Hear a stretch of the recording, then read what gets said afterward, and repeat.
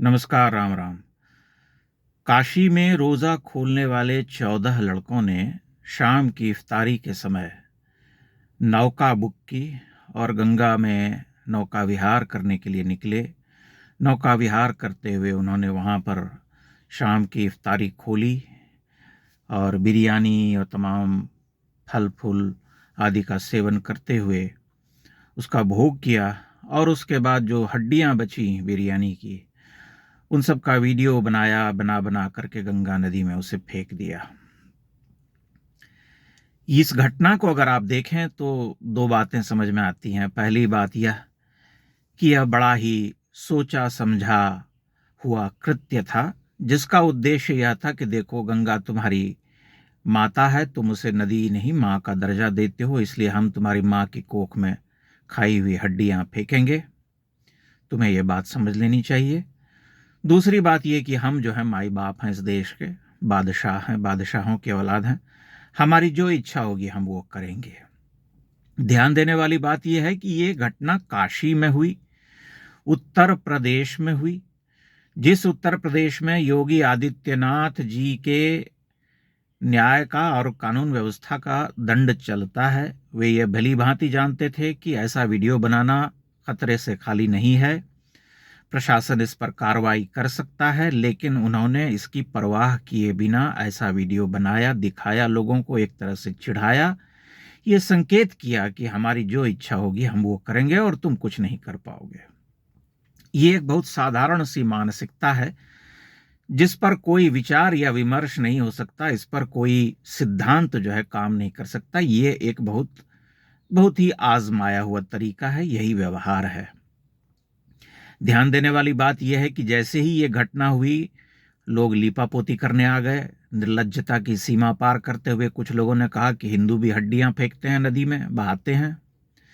अब आप बताइए कि जब हिंदू अपने परिजन का अंतिम संस्कार करता है, यह तो हमारे शास्त्रों में वर्णित है कि किसी तीर्थ में करने से मान्यता है कि मोक्ष की प्राप्ति होती है, तो लोग वहां संस्कार करते हैं और उसके बाद भस्मीभूत चिता से जो है फूल चुनते हैं, जिसे हम पुष्प कहते हैं, फूल चुनते हैं और उन फूलों को इकट्ठा करके एक कलश में रखते हैं और उसके बाद उसे श्रद्धा पूर्वक माँ गंगा की गोद में प्रवाहित करते हैं।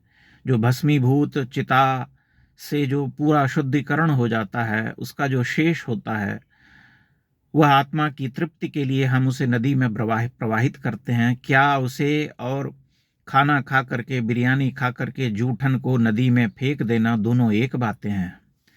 दूसरी बात यह है कि हमारे विपक्ष के एक नेता ने जो है इस पर रफा दफा करने का प्रयास किया, इसे कि नहीं नहीं ये सब चलता रहता है, पुलिस की मुट्ठी गर्म नहीं की, ये नहीं किया, वो नहीं किया। हम सभी जानते हैं कि पुलिस की मुट्ठी गर्म करना ये सब तो खैर कोई बहुत कठिन कार्य है नहीं, लेकिन उत्तर प्रदेश में ये सब नहीं चलता है। चाहे वह किसी भी जाति का हो, किसी भी धर्म का हो, दंडित किया जाता है। अगर कोई लुटेरा है, कोई बदमाश है, कोई ठग है या कोई इस तरह का व्यक्ति है जो धर्म के नाम पर गुंडागर्दी करना चाहता है, अपनी मनमानी करना चाहता है, तो बाबा जी का कानून वहां चलता है। इसलिए इसका कोई सामान्यीकरण नहीं हो सकता और ये नहीं कहा जा सकता कि जो क्रूज चलता है उस पर शराब परोसी जाती है। आप नहीं जानते हैं, शराब नहीं परोसी जाती है।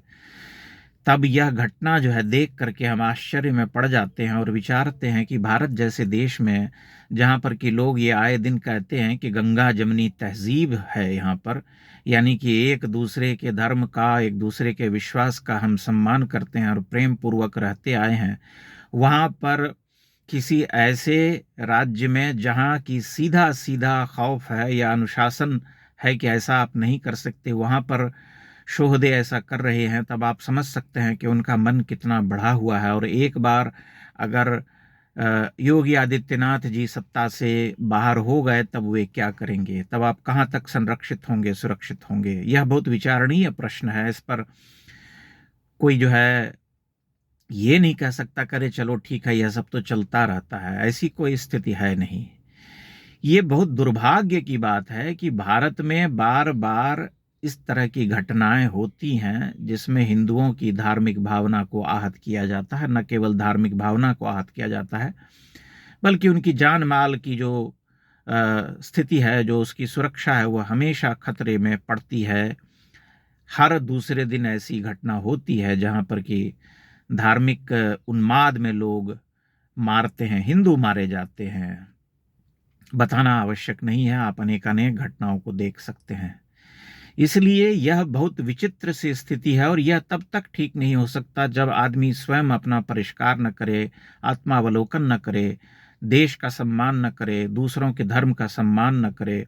अगर यह विचार मन में रहेगा कि यह काफिर है और काफिर को हम सबक सिखाएंगे, चाहे जैसे सिखाएं, उसकी मान्यताओं को हम ठेस पहुंचाएंगे, उसे अपमानित करेंगे, हमारी जो इच्छा होगी वही करेंगे, तब तो स्थिति खराब होती चली जाएगी। क्योंकि एक समय के बाद जो है आदमी भड़क जाता है, जैसा कि आज हम देख रहे हैं कि हिंदुओं के भीतर प्रतिशोध की भावना आ रही है और वे समझते हैं कि उन्हें लगता है कि कब तक हम ये अपमान सहते रहेंगे।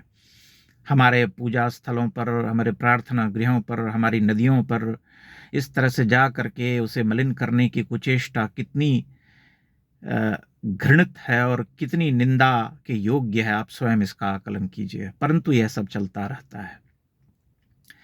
इस घटना को आप देख करके बहुत कुछ सीख सकते हैं और विचार कर सकते हैं कि भारत में जिन राज्यों में ये स्वतंत्र हैं या जिन राज्यों में इनको वरदहस्त प्राप्त है, जैसे बंगाल, वहां पर किस स्थिति तक ये चले जाते होंगे। इसलिए स्वयं विचार करने वाली बात है। इस घटना से बहुत कुछ सीखा जा सकता है और समझा जा सकता है कि मंशा क्या है, क्यों नहीं वे सुधरना चाहते हैं। ऐसा लगता है जैसे कोई पागलपन सवार है, कोई एक उन्मादी विचारधारा है जो कि निरंतर इन्हें प्रोवोक करती है, इन्हें ये ऐसा करने को विवश करती है कि हम तो यही करेंगे, ऐसा ही करेंगे, हमारा यही चलन है, तुम्हें इसी में रहना है, तुम्हें इसी तरह से इसे स्वीकार करना पड़ेगा, हम तुम्हारी नदियों को मलिन करेंगे, तुम्हारे धार्मिक स्थलों पर जाकर के जो मर्जी आएगी वो करेंगे। लेकिन सबसे महत्वपूर्ण बात यह है कि इसकी निंदा करने वाले उनके जो मठाधीश हैं, जो उनके मौलवी हैं या धर्म के जो सबसे ऊंचे पद पर बैठे हुए व्यक्ति हैं, वे सामने नहीं आते हैं, मौन साध लेते हैं, चुप्पी साध लेते हैं और ये सब घटनाएं इसी तरह से होती रहती हैं इस देश में। जब तक इस कुत्सा की निंदा नहीं की जाती है और जब तक उन्हें कठोर संदेश नहीं दिया जाता है कि आप ऐसा नहीं कर सकते, यह बहुत ही गर्हित है, अधर्म है, यह पाप है, यह किसी के धर्म की भावना को ठेस पहुंचाने का कृत्य है। भारत जैसे देश में गंगा नदी में खा करके हड्डियों को फेंकने का कृत्य जो है वो स्वीकार्य नहीं हो सकता। तब तक ये सब चलता रहेगा। प्रशासन अपना काम करेगा, लेकिन प्रशासन कितने लोगों को सुधार देगा? जहां करोड़ों करोड़ की संख्या में लोग रहते हैं और बहुत बड़ी संख्या में लोग इसी तरह की मानसिकता के हैं, वहां तो एक नहीं तो दो नहीं तो 5 नहीं तो 10 नहीं तो 100 हजारों की संख्या में अलग अलग जगहों पर इसी तरह से लोग सामने आते रहेंगे और इसी तरह से ऐसी घटनाओं को अंजाम देते रहेंगे। इसलिए यह प्रश्न अत्यंत ही विचारणीय हो जाता है और बड़े दुर्भाग्य की बात है कि भारत का विपक्ष अपना वोट बैंक साधने के लिए कहता है कि नहीं नहीं, यह तो बहुत साधारण सी घटना है और इस पर लीपापोती करने लगता है। इस लीपापोती करने का जो चलन है वह रुकना चाहिए, क्योंकि निष्पक्ष हो करके अगर कोई हिंदू किसी और के धर्म स्थल पर जा करके कुछ गंदगी फैलाता है तो वह भी उतनी ही निंदा का अधिकारी है, उसकी भी भर्त्सना उतनी ही होनी चाहिए, उसे भी कठोर दंड का भागी होना चाहिए। परंतु यह तो खुलेआम हिंदुओं की धार्मिक भावना पर चोट है, एक तरह से उसे कहते हैं किसी के हम पर पद्दलित करने की कुचेष्टा है। इसलिए इस पर गंभीरता से विचार होना चाहिए और कहीं ना कहीं उस समुदाय के लोगों को यह सोचना चाहिए कि हम ऐसा क्यों करते हैं, ऐसा करके हमें क्या प्राप्त होता है। आप इस बारे में अपनी टिप्पणियां अवश्य कीजिएगा। बहुत बहुत धन्यवाद।